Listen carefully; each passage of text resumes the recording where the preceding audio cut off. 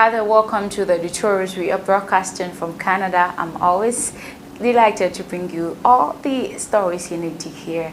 My name is Sandra Asante. Today we'll be looking at the rising fears of the aftershock volcanic that rocked the Democratic Republic of Congo, as well as the orders of the Zimbabwe chief concerning, may his soul rest in perfect peace, Mugabe's being reburied. So I'll take a quick commercial break. Stay tuned.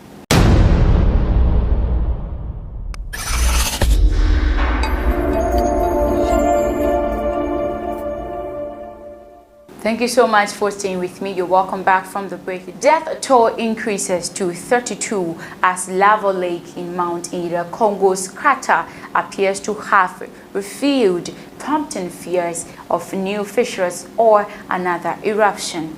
Powerful aftershocks from the Mount Eri-Congo's volcano have rocked the Eastern Democratic Republic of Congo as the death toll from a recent eruption that left hundreds of families displaced rose to 32.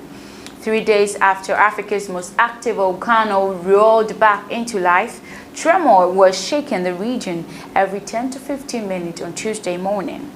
Cracks several centimeters more than an inch wide appeared in the ground and on the road in several areas, including near the main hospital in Goma, a city of some 2 million people, which lies about 12 kilometers from Mount Eri-Congo. The situation in the city is confused. People don't know which way to go. A resident told the AFP news agency, some are coming back, some are leaving, people are still afraid. Tens of thousands of residents fled in panic, many of them to neighboring Rwanda when the volcano began erupting on Saturday evening. 2 rivers of molten rocks flowed from the volcano at a height of 1,800 meters, that is 5,900 feet. One headed towards Goma, stopping at the very outskirts of the city. It engulfed home in its part, smoothing the surrounding area with suffocating gas and cutting off the road between Goma and Butembo, the main highway to North Kivu province. 32 people died in incidents linked to the eruption, including 7 people killed by the lava and 5 asphyxiated by the gases, the UN Refugee Agency, the UNHCR, said in a statement. Raising a so-called stratovolcano nearly 3,500 meters high in Eri-Congo straddled a notorious raptor called the East African Rift. Its last major eruption was in 2002, claimed dozens of lives. Democratic Republic of Congo authorities have urged the population to be vigilant and to avoid walking on the lava. People who gathered at the lava rocks without being certain that it is already solid risk suddenly sinking inside. Joseph Makundi, head of the Civil Protection in North Kivu province, said.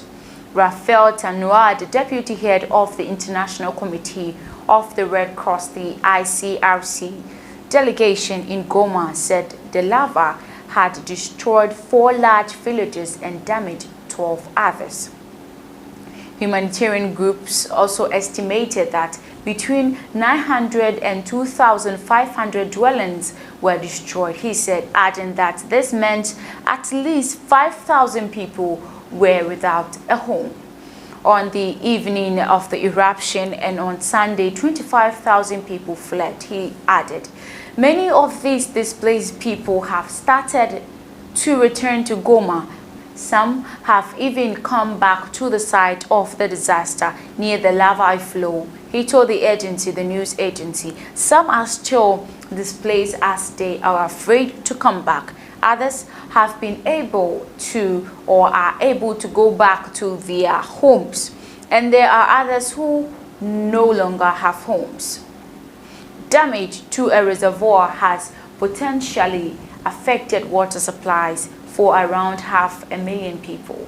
the main problem will be a problem of access to potable water and all the consequences that may stem from that. He added, referring to the risk of diseases, the ICRC will start up a disused pumping station to draw water, and water will also be distributed by tanker truck. Most of the hospitals in the east of the city have been closed, although 4 hospitals in the west are functioning now. These are quite the sad happenings going on in Rwanda. We believe greater help might be closer to them. So we move to Zimbabwe now, and the traditional chief, a traditional chief in Zimbabwe has ordered the exhumation of Robert Mugabe's remains and their reburial at the National Heroes Shrine in Harare after accusing the late leader's wife of breaking local custom by interring him at his rural home in 2019. Mugabe, who was removed in a coup that brought Emerson Mnangagwa to power in November 2017, was buried in the courtyard of his home at the village of Kutama after weeks of dispute with President Mnangagwa's government over the final resting place.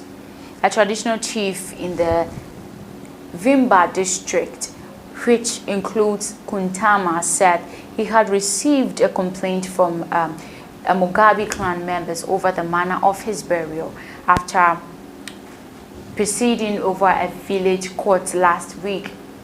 Chief Stanley Rurayayi Mondoro on Monday issued a ruling that found Grace Mugabe guilty of breaking traditional norms by burying her husband in his home. In his ruling, the chief said the late Mugabe shall be exhumed and reburied at the National Heroes Ark in Harare within 30 days or before the 1st of June 2021. You are also ordered to gather clothes and all his belongings and surrender them on or before the 1st of July, the ruling added. Grace Mugabe, who did not attend the hearing, was fined with 5 cows and a goat. The former First Lady was also ordered to provide compensation to the workers who would be tasked with exhuming and reburying the remains of her husband.